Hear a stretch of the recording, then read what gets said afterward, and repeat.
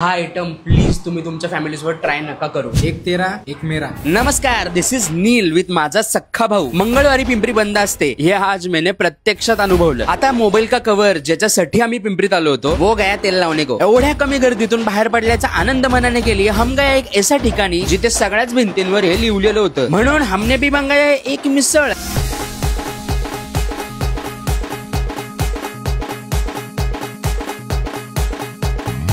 आणि एक कढीवडा।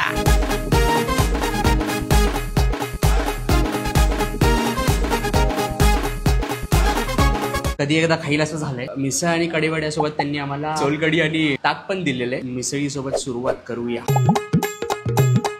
त्यांचा जो फरसाण आहे ना तो जुना नाहीये, करकरीत लागतं, करकरीत। जी मटकी आहे, फरसाण टाकलंय, दही टाकलंय, एक एक लेअर लागून येतोय मला। तितकाच मसाला आहे जितका पाहिजे, परफेक्ट मिसळ आहे। आता आलेला आहे आपला मेन आयटम, बघूया खरंच महाराष्ट्रात फेमस आहे का।